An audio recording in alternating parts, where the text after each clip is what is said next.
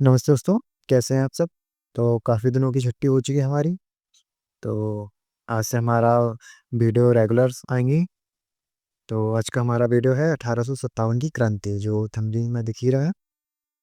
तो 1857 क्रांति जिसे भारत का पहला स्वतंत्रता संग्राम कहा जाता है, तो इसके बारे में आज जानेंगे, क्या था और क्या-क्या हुआ था। तो आज का वीडियो हम स्टार्ट करते हैं अपना। तो सबसे पहले जानेंगे 1857 की क्रांति का कारण क्या था?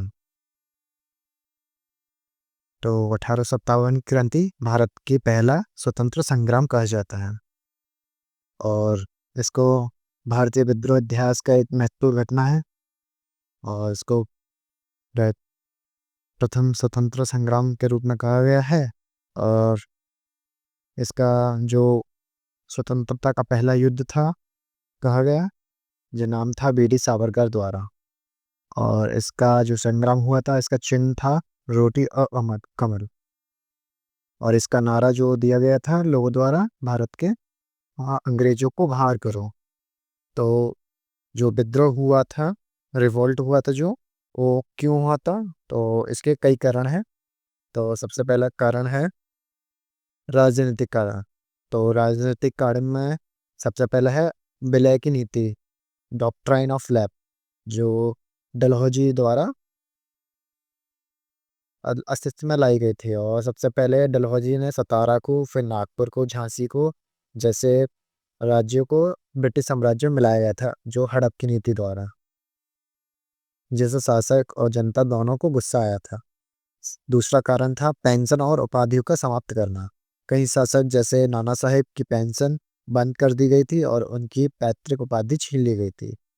तीसरा कारण था मुगल सम्राट का अपमान, जैसे बहादुर शाह जफर के साथ जो अंग्रेजों का दुर्व्यवहार था, दुर्व्यवहार और घोषणा कि उनका उत्तराधिकारी को लाल किला छोड़ना होगा।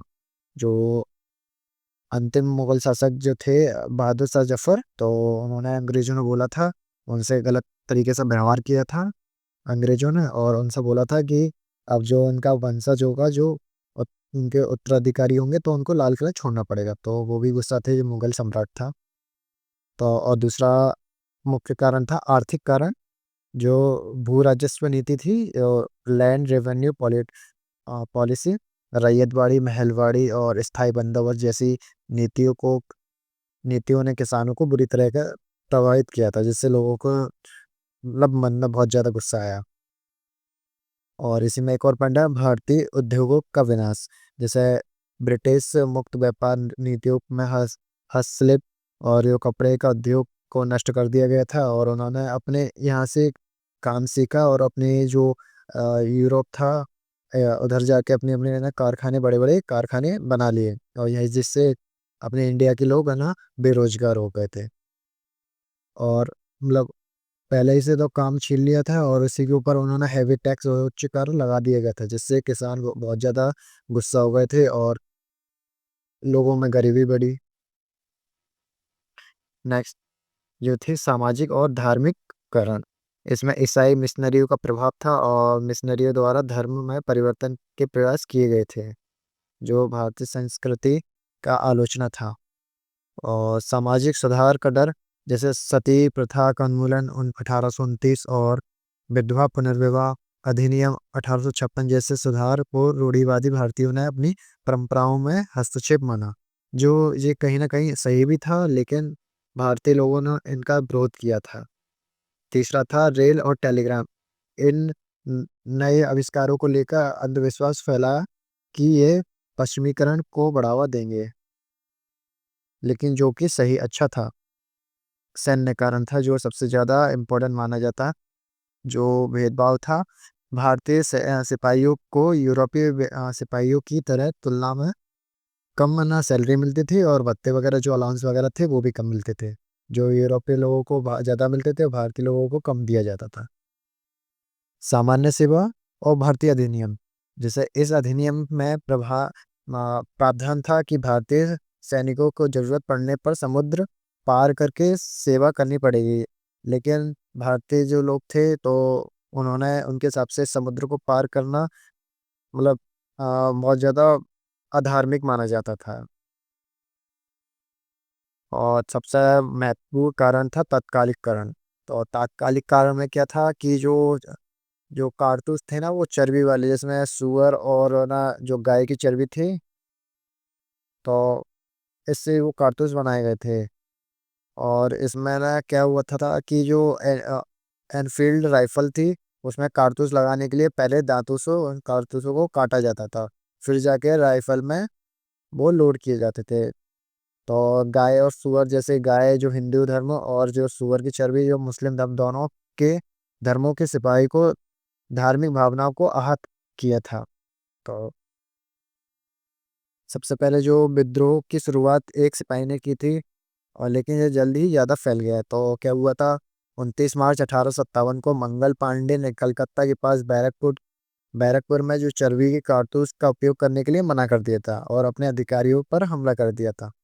तो फिर 10 मई 1857 में मेरठ के सिपाहियों ने विद्रोह किया, और अगले दिन दिल्ली पहुंचकर मुगल बादशाह जो बहादुर शाह जफर थे, भारत के सम्राट थे, उनसे हेल्प मांगी।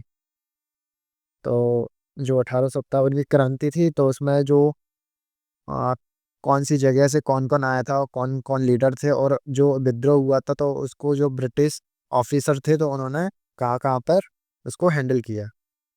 तो सबसे पहला है दिल्ली। दिल्ली से किया था बहादुर शाह जफर जी, नाम मात्र के नेता थे, लेकिन और जो वास्तविक नेता थे वक्त खान था, जिनका जी सेनापति था।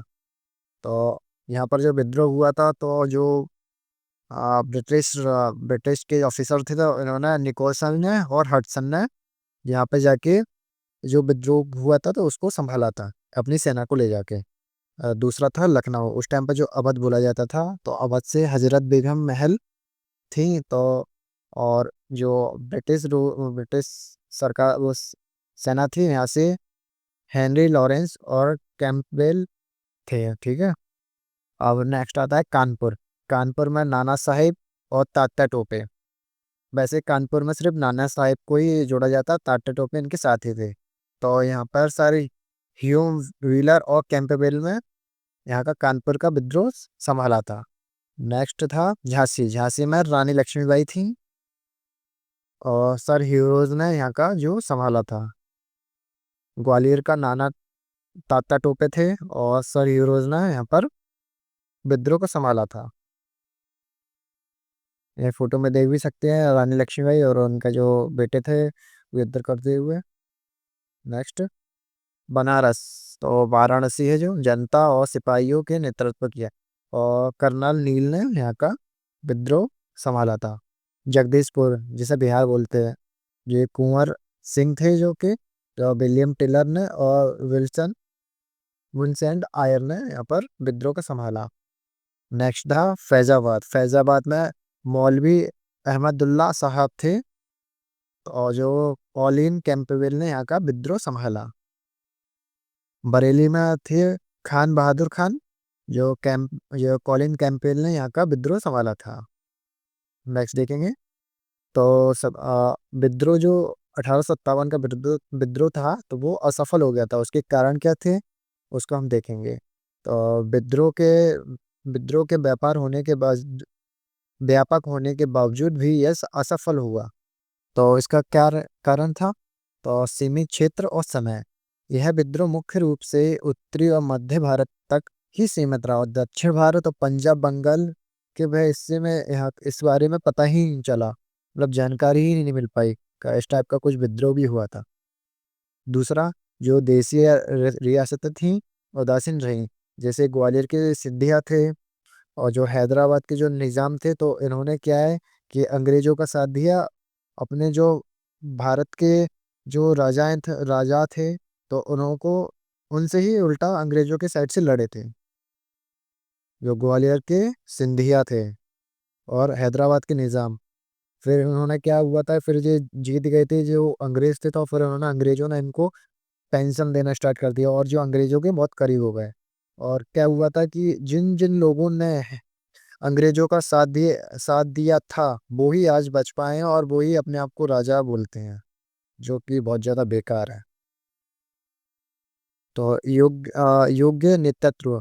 इसमें क्या हुआ था कि विद्रोह के में कई है ना कुशल और संगीत नहीं था, जबकि ब्रिटिश पक्ष के लॉरेंस बंधु, निकोलसन और हैवलॉक जैसे कुशल सेनापति थे। सीमित उद्देश्य सभी विद्रोह के उद्देश्य अलग अलग थे, जैसे कोई पेंशन चाहता, कोई अपना राज्य वापस चाहता था। उनमें राष्ट्रीय एकता और भविष्य की कोई स्पष्ट योजना नहीं थी। संचार और हथियारों की कमी, विद्रोहियों के पास आधुनिक हथियार और संचार के साधन, टेलीकॉम, पर्याप्त सैन्य आपूर्ति का अभाव था। जैसे आधुनिक हथियार थे और जो मतलब एक दूसरे से कांटेक्ट करने के लिए ना कोई भी साधन नहीं था। विद्रोह के परिणाम, विद्रोह भले ही दबा दिया गया लेकिन इसे दूरगामी परिणाम हुए। कंपनी शासन अंत, भारतीय शासक अधिनियम 1858, गवर्नमेंट ऑफ इंडिया एक्ट 1858 1858 पारित हुआ, जिसके तहत भारत से ईस्ट इंडिया कंपनी का शासन समाप्त कर दिया गया और क्राउन का शासन भारत का सीधे ब्रिटिश क्राउन महारानी विक्टोरिया के हाथों में चला गया।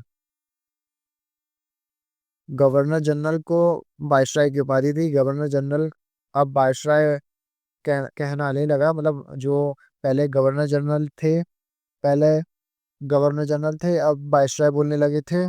जो भारत के पहले वायसराय लॉर्ड कैनिंग थे।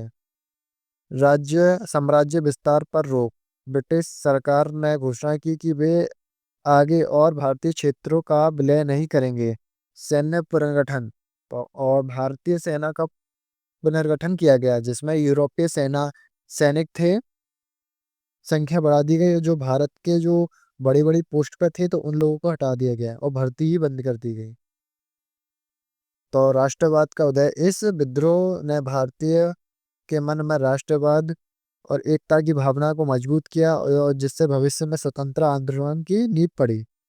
तो लगभग हमने 10 मिनट में भारतीय का जो पहला स्वतंत्रता संग्राम बोला जाता है 1857 की क्रांति को पढ़ा 10 मिनट में। तो आपको जो अच्छा लगा तो सब्सक्राइब कर देना हमारे चैनल को, और बेल आइकन जो होता है उसको भी क्लिक कर देना, जिससे आपको वीडियो डायरेक्ट पहुंच जाए। तो थैंक यू, मिलते हैं अगली वीडियो में।